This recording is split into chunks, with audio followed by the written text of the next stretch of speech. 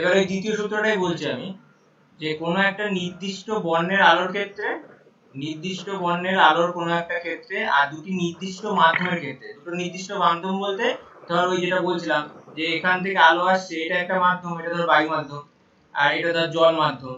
তো এই দুটো মাধ্যম যদি আর আলো যদি ফিক্স থাকে, তাহলে এদের যে কোণ আই এর যে অনুপাত সাইন আই আর সাইন আর, হ্যাঁ একদম বলবে যে আপাতন কোণের সাইন আর প্রতিসরণ কোণের সাইন, এদের যে অনুপাত এইটা ধ্রুবক হয়। এটাই দ্বিতীয় সূত্র, এটা এবারই এসছে। তো এই সূত্রটাকে আবার স্পেশালি বলে স্নেলের সূত্র। বিজ্ঞানী স্নেল তৈরি করেছিল, তাই স্নেলের সূত্র। তো এটা এইভাবে এসেছিল স্নেলের সূত্র। তোদের বেলায় এটা দিতেই পারে যে দ্বিতীয় সূত্রটি লেখো, অথবা প্রতিসরণের সূত্র দুটি লেখো, সেটাও হতে পারে। ঠিক আছে?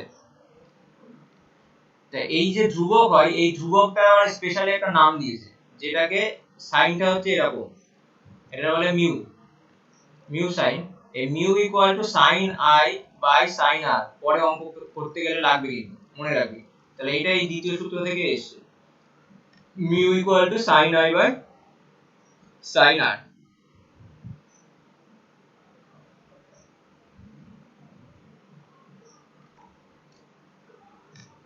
হয়েছে? বল, কারোর কোনো কোশ্চেন থাকলে বল।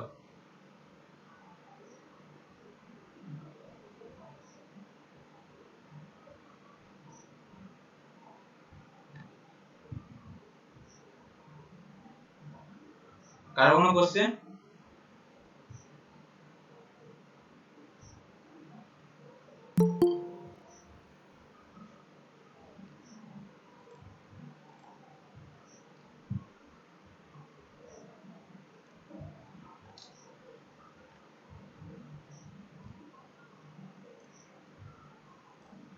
এ কারো কোনো কোশ্চেন নেই তো? নেই, আচ্ছা। আচ্ছা এবার হচ্ছে তোর প্রতিসরণটা বুঝলাম। এবার প্রতিসরণের এখানে যেটা কোশ্চেন আছে,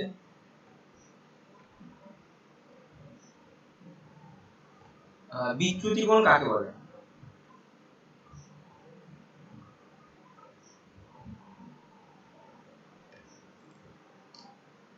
বিচ্যুতি কোণ হচ্ছে, আসলো কি হবে? হ্যাঁ বল, কি বলছিস বল। সাইন আই বাই সাইন আরটা আসলো কি হবে? সাইন আই বাই সাইন আরটা আসলো কি হবে? আরে ওটাই তো সূত্র, সাইন আই বাই সাইন আর, ওইটা ধ্রুবক হয়। হ্যাঁ ওটা আসবে, আসবে কি? ওর আসবে কারণ তো কি ব্যাখ্যা হবে? সেটা তাহলে এইটাই কি পড়াশোনা করিস, এইটা ছিল, এখন ওর মধ্যে যাচ্ছি না, পরের ক্লাসে বুঝে নিস না, এগিয়ে যাই। তুই কোশ্চেন মনে রাখবি, আমি করে দেবো। কেন সাইন আই বাই সাইন আর হলো, কজ কেন? হ্যাঁ ঠিক আছে, মনে রাখিস কোশ্চেন। ঠিক আছে। আচ্ছা রোহিত, হ্যাঁ স্যার। হ্যাঁ ঠিক। আচ্ছা আই এটা তো আর, ধর আলো এখানে বেঁকে গেছে, এটা হচ্ছে আর। তাহলে এটা মনে রাখবি, আলো যে পথে যাওয়ার কথা ছিল, এই পথে যাওয়ার কথা ছিল, আর আলো গেল কোন দিকে? এই দিকে ছিল। তাহলে এদের মধ্যে যে কোণ, এটাকে বলে হচ্ছে বিচ্যুতি কোণ বা চ্যুতি কোণ। মানে যে পথে যাওয়ার কথা ছিল আর যে পথে গেল, এদের মধ্যে যে কোণ, সেটা হবে তোর বিচ্যুতি কোণ। এখন জয়েন হচ্ছে এতক্ষণ পরে।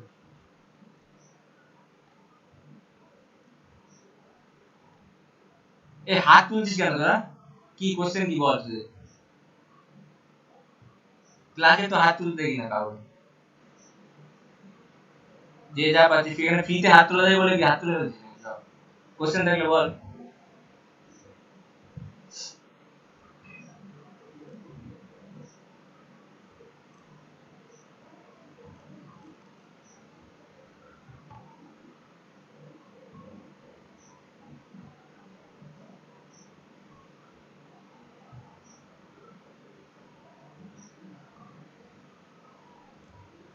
তো এখানে এই যে বিচ্যুতি কোণ হচ্ছে, বিচ্যুতি কোণকে ডেল্টা দিয়ে লেখা হয়, এই সাইনটাকে বলে ডেল্টা। তাহলে ডেল্টা ইকুয়াল টু কি হবে?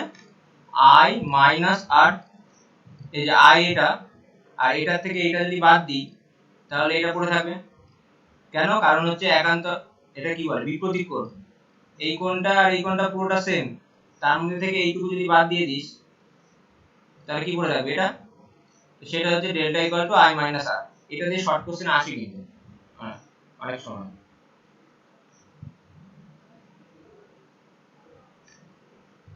ঠিক আছে, এবার এটা হচ্ছে দেখ কোন মাধ্যম থেকে কোন মাধ্যমে এসেছিল, বায়ু মাধ্যম থেকে জল মাধ্যমে। তার মানে লঘু মাধ্যম থেকে ঘন মাধ্যমে যদি আসে, লঘু মাধ্যম থেকে ঘন মাধ্যমে যদি আসে তাহলে তোর আলো অভিলম্ব দিকে সরে আসবে, এই দিকে সরে আসবে। এবার ঘটনাটা যদি উল্টো হতো,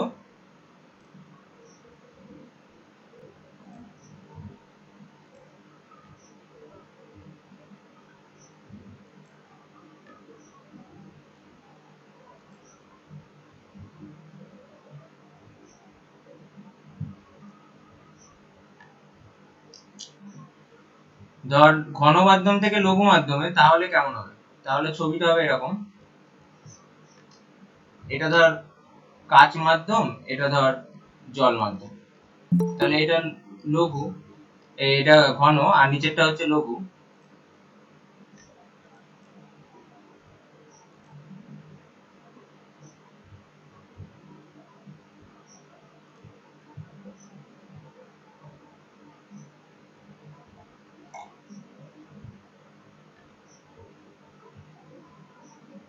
ঠিক আছে,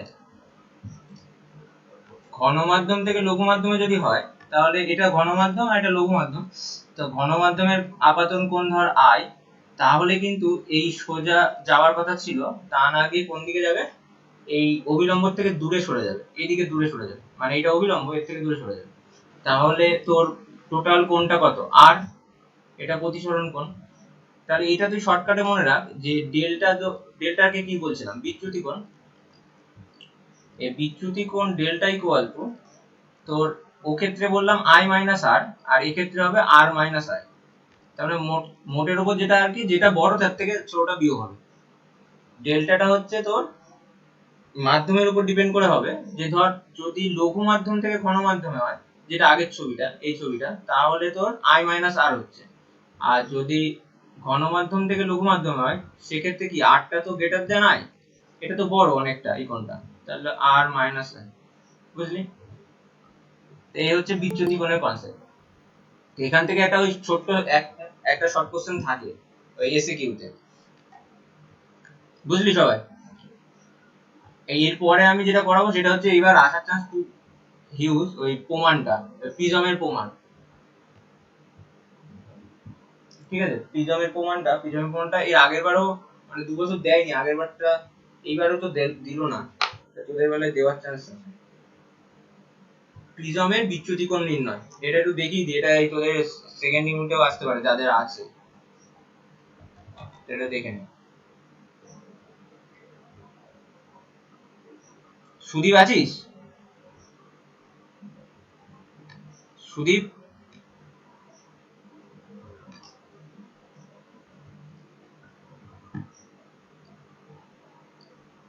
আচ্ছা, প্রিজম হচ্ছে তোর এরকম একটা আয়তকার আর এক পাশে ত্রিভুজাকার, এরকম ওই ছাউনি টাইপের যেটা হয়, এরকম যদি কাচের একটা থাকে, এটাকে হচ্ছে প্রিজম বলে। প্রিজমে এই একটা তল আছে, আচ্ছা তলটা হলো, এই একটা তল আছে, এটাকে ঘষা কাচ দেওয়া থাকে, মানে যে কাচ দিয়ে তোর আলো বেরোবে না, নিচেও তাই থাকে, আবার ওই পাশেও তাই থাকে। তাহলে মোট কটা তল এটা আসতে পারে, মোট হচ্ছে তোর 5খানা তল। দেখ খেয়াল কর ছবিতে, 3টে আর দুই পাশে ছাউনি যে দুটো, 5টা তল। তাহলে মোট তল হচ্ছে 5টা। তার মধ্যে যেটা কোশ্চেন আছে, প্রতিসারক তল কটা? প্রতিসারক তল হচ্ছে তোর, প্রতিসারক তল মানে যেখান থেকে আর কি প্রতিসরণ হবে, মানে যেখান থেকে আলো পাস করবে, সেটা হচ্ছে এই পাশ দিয়ে যায় আর এই পাশ দিয়ে বেরিয়ে যায়। তো এই দুটো হচ্ছে তোর প্রতিসারক তল। তো এটা খেয়াল রাখিস, মোট তল হচ্ছে 5টা আর প্রতিসারক তল হচ্ছে তোর দুটো। তো এইটা হচ্ছে তোর ওই ফ্রন্ট ভিউ আর কি, এর পেছনের দিকটায় আছে ওই পুরো লম্বা। ঠিক আছে, এবার এইখানে তোর বের করতে হবে হচ্ছে প্রিজমের কোশ্চেনটা হচ্ছে প্রিজমের বিচ্যুতি কোণ। যেটা প্রমাণ করতে হবে সেটা হচ্ছে delta equal two I1 plus I2 minus A, এই প্রমাণটা করতে হবে। এবার ঘটনা হচ্ছে কোনটা কি জিনিস, ঠিক আছে। ছবিটা আমি এখানে দেখি, এটা একটু মুছে দিলাম, মুছে নেব।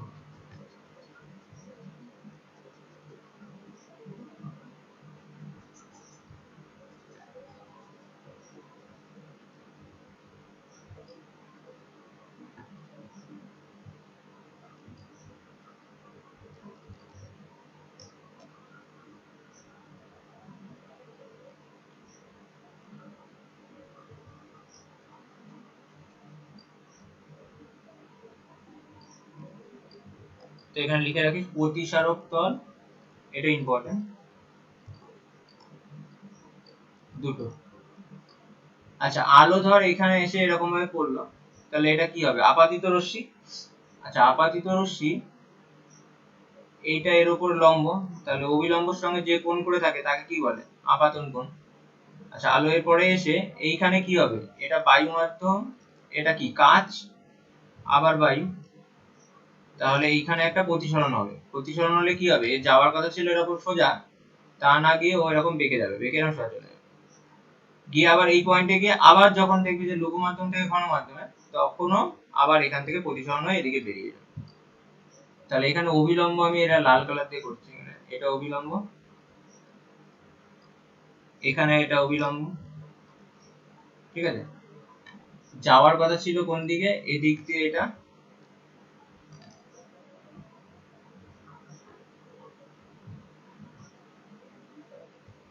আর এদিক দিয়ে যাওয়ার কথা ছিল, ঠিক আছে। এটা কি? এটা হচ্ছে প্রিজম কোণ। প্রিজম কোণকে এ দিয়ে লেখা হয়। প্রিজম কোণ কোনটা? প্রিজম কোণ মানে এই মাথার এই কোণটা, এটাকে বলা হচ্ছে প্রিজম কোণ এ, ঠিক আছে। প্রত্যেকটা কোণটা কি রাশিটা কোন জায়গায় সেটা একটু দেখে নে, তাহলে প্রমাণ না করলে করতে পারবি না। এটা I1 নিয়েছে, এই পাশের গুলো 1 নিয়েছে, আর এটা কি নিয়েছে? I2। তাহলে ভিতরে এই যে এই জায়গাটা, এটা কি হবে? R1, আর এটা নিয়েছে R2, ঠিক আছে। এই হচ্ছে টোটাল ছবিটা। ছবিটা ক্লিয়ার কিনা বল সবাই। ছবি ক্লিয়ার না হলে কিন্তু ওই উপপাদ্যের মতনই প্রমাণ করতে হবে, জাস্ট প্রমাণ, উপপাদ্যে যেরকম প্রমাণ করিস ওরকম। ছবি দেখে দেখেই করিস, নিশ্চয়ই মুখস্থ করিস না। বল, ছবি যদি ক্লিয়ার না থাকে কারোর বলতে পারিস, নাহলে আমি প্রমাণের মাঝখানে বুঝতে পারবি না কিন্তু। আর প্রমাণটা খুব ইম্পর্টেন্ট, বড় কোশ্চেন একটা দেয় কিন্তু, এই প্রমাণটাই বেশি ইম্পর্টেন্ট।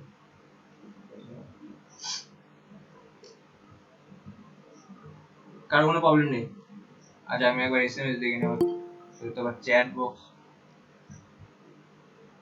সামওয়ান।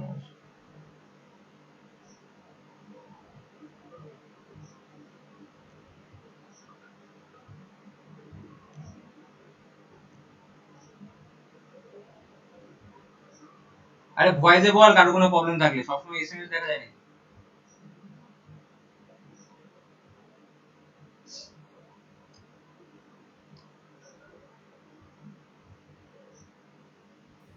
হ্যাঁ বল, কি দাদা ক্লিয়ার? আবার একটু বুঝিয়ে দাও এটা। হ্যাঁ বল, কোশ্চেন বল। দাদা, হ্যাঁ বল, এই প্রবলেমটা প্রিজমের কোথায়? এই ছবিটা আবার একটু দাও। ছবিটা আচ্ছা বলে দিচ্ছি। ক্লিয়ার নেই, এটা কি? সুপ্রিয়? না, ক্লিয়ার নেই। আচ্ছা ঠিক আছে, ছবি বলে দিচ্ছি।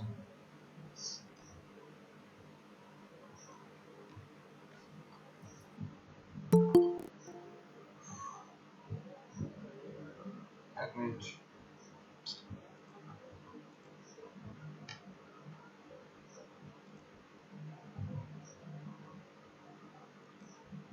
এতবার জয়েন হলে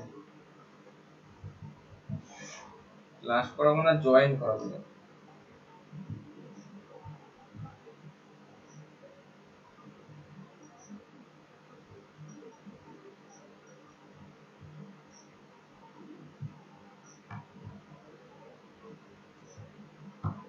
আচ্ছা এবার দেখ, ছবিটা হচ্ছে যে একটা প্রিজমের এক তলে এরকম আলো পড়েছে, এই যে এইটা হচ্ছে আলো, এই যে পড়লো, পড়ে এই আলোটা এখান দিয়ে গিয়ে এখান দিয়ে গেল, গিয়ে আবার এখান থেকে বেরোলো।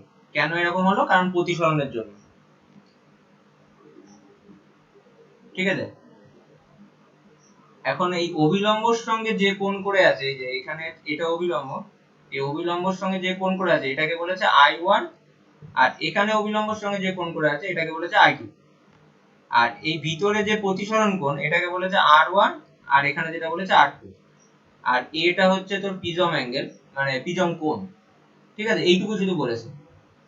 এবার নামকরণ তুই তোর মতন বইতে দিতে পারিস, বই ধর এটা P, এটা ধর Q, এটা R, এটা ধর S, এটা ABC প্রিজম। ঠিক আছে, আর এখানে নাম দে T, এইখানে U।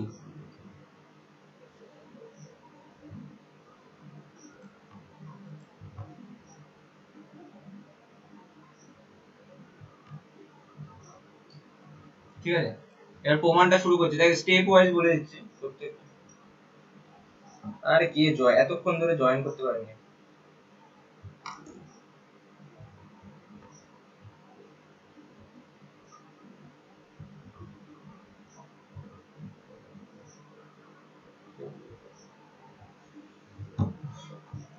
আচ্ছা, প্রথম হচ্ছে তোর এইখানে দেখ আমি টুকরো করে এখানে করাচ্ছি, এখানে একটা ছোট্ট ত্রিভুজ হয়েছে, এই যে নীল কালারের এটা, এই যে এখানে একটা ত্রিভুজ হয়েছে এরকম দেখতে। এই ত্রিভুজটার নাম ধর এখানে দিয়েছি কিউ, এখানে আর, এখানে ইউ। তাহলে তোরা ছোটবেলায় যে উপপাদ্য পড়েছিলি যে কোন ত্রিভুজের বহিস্থ কোন কোণ বিপরীত অন্তস্থ কোণদ্বয়ের সমষ্টির সমান, এটা পড়েছিস। বহিস্থ কোণ এটা অন্তস্থ বিপরীত কোণদ্বয়ের সমষ্টির সমান, এটা পড়েছিস। তাহলে সেই উপপাদ্য অনুসারে এইটাকে যদি আমি ডেল্টা নিই, মানে যেটা বিচ্যুতি কোণ, এইটা ডেল্টা 1, এটা ডেল্টা 2। কেন ডেল্টা 1? কারণ এই পথে যাওয়ার কথা ছিল আর এই পথে গেল, তাহলে এই যে কোণ সেটা হচ্ছে ডেল্টা 1, আর এটা হচ্ছে ডেল্টা 2। ঠিক আছে, এটা মনে হয় ঘিজিমিজি হয়ে গেছে বেশি, আমি একটু ফ্রেশ আবার করে দিচ্ছি। এই আলো গেছে, তারপরে আমার সোজা গিয়ে আবার এখান থেকে এটা অভিলম্ব, এই পথে যাওয়ার কথা ছিল, তাই এটা যদি R1 হয় আর এটা যদি I1 হয়, তাহলে এটা কি হবে? ডেল্টা 1, 1 নিলাম সবকটা। ডেল্টা আমি একটু আগেই বুঝিয়েছি, ডেল্টা কোণটা বিচ্যুতি কোণ। হ্যাঁ, আর ঠিক একই ভাবে এইখানে যেটা হবে এটা অভিলম্ব, এটা যদি I2 হয় তাহলে এটা R2, তাহলে এটা কি হবে? এটা হবে ডেল্টা 2। তো সেটাই এখানে করাচ্ছে যে এই বহিস্থ কোণ delta equal to delta 1 plus delta 2, অন্তস্থ বিপরীত কোণদ্বয়ের সমষ্টির সমান। ঠিক আছে, এইটুকু।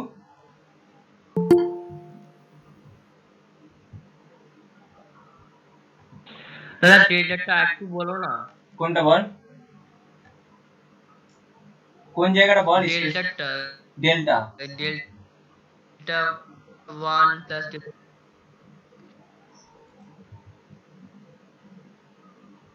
বলে দিচ্ছি।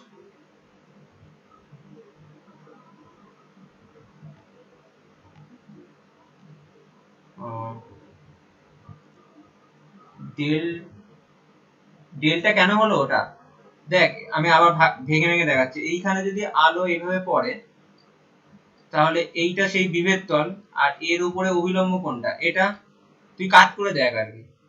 তাহলে এইটা কি হবে? আপাতন কোণ I1। তাহলে এ যে পথে যাওয়ার কথা ছিল, এই পথে যাওয়ার কথা ছিল, তা না গিয়ে ও কোন পথে গেল? এই পথে গেল। তাহলে এদের মধ্যে কোণ কি হবে? ডেল্টা। ঠিক আছে, এটা হচ্ছে R1। সেখান থেকেই বললাম যে এইটা হচ্ছে ডেল্টা 1। এবার বুঝেছিস? ছবি ক্লিয়ার? এক পাশে এটা যেটা, সেটা ওই পাশেও একই রকম জিনিস। হ্যালো,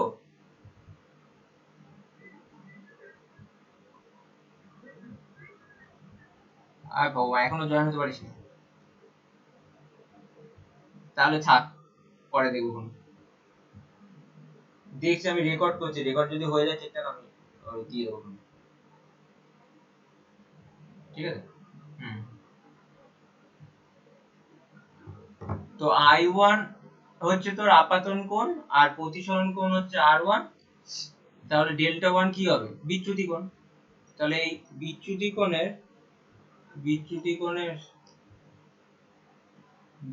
কোণের এই যে ডেল্টার সূত্র কি? ডেল্টা সূত্র হচ্ছে i মাইনাস r অথবা r মাইনাস i। তাহলে ডেল্টা ইকুয়াল টু এখানে কি লিখবো, i1 মাইনাস r1। দেখ বুঝলি কিনা, delta equal two i1 minus r1, কারণ ডেল্টা ইকুয়াল টু সূত্র হচ্ছে i মাইনাস r, কিন্তু এক্ষেত্রে আমি 1 লিখেছি, তার জন্য ডেল্টা ইকুয়াল টু কি হবে, i1 মাইনাস r1। ঠিক একই রকম ভাবে, সরি ডেল্টা না, ডেল্টা 1। আর ডেল্টা 2 ইকুয়াল টু কি হবে, i2 মাইনাস r2। ঠিক আছে, তাহলে একটু আগে সূত্র লিখলাম, এই যে এটা delta equal to delta 1 plus delta 2। তাহলে ডেল্টা 1 এর জায়গায় কি বসাবো, এটা i1 minus r1 plus delta 2 এর জায়গায় কি বসাবো, এটা i2 মাইনাস r2। তাহলে i1 গুলোকে এক জায়গায় কর, i1 প্লাস i2 একই জায়গায় করলি, minus r1 minus r2, just অঙ্ক করেছিস এক লাইন। i1 প্লাস i2 থাকলো, মাইনাস কমন নিলে r1 প্লাস r2। তাহলে ডেল্টা ইকুয়াল টু এখন এসে পৌঁছালো i1 plus i2 minus r1 plus r2। এবার দেখ তোর দেখা যে কি প্রমাণ করতে দিয়েছিল, মানে তোর কোশ্চেনে যে যেটা দেওয়া থাকবে সেটা হচ্ছে এরকম থাকবে, delta equal two i1 plus i2 minus a। আর তুই কোথায় পৌঁছেছিস এখন, delta equal two i1 plus i2 minus r1 plus r2। পার্থক্য হচ্ছে এই জায়গাটায় a আছে, তাহলে ওইটুকু প্রমাণ করতে পারলেই হয়ে যাবে।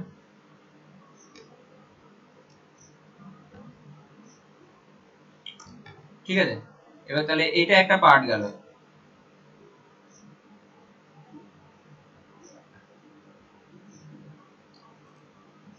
এই তোরা কি ক্লাস করতে চাস, যারা যারা করতে চাস না তারা বেরিয়ে যেতে পারি। এই যে ফাজলামো করছিস চ্যাট বক্সে।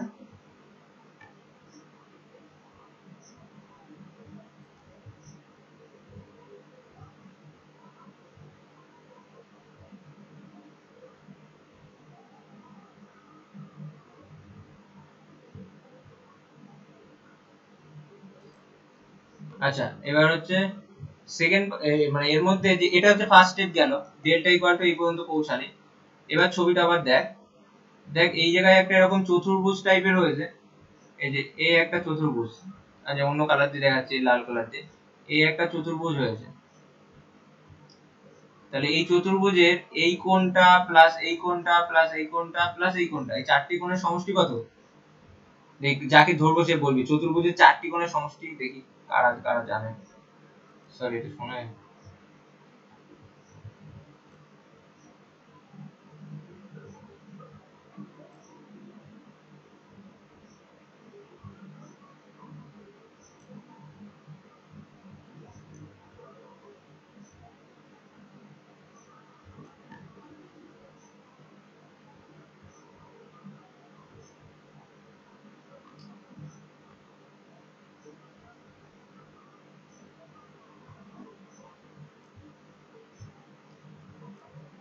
এই শুনতে পাচ্ছিস, হ্যালো, কি জানো মনে হচ্ছে নেটের সার্ভারে প্রবলেম হচ্ছে।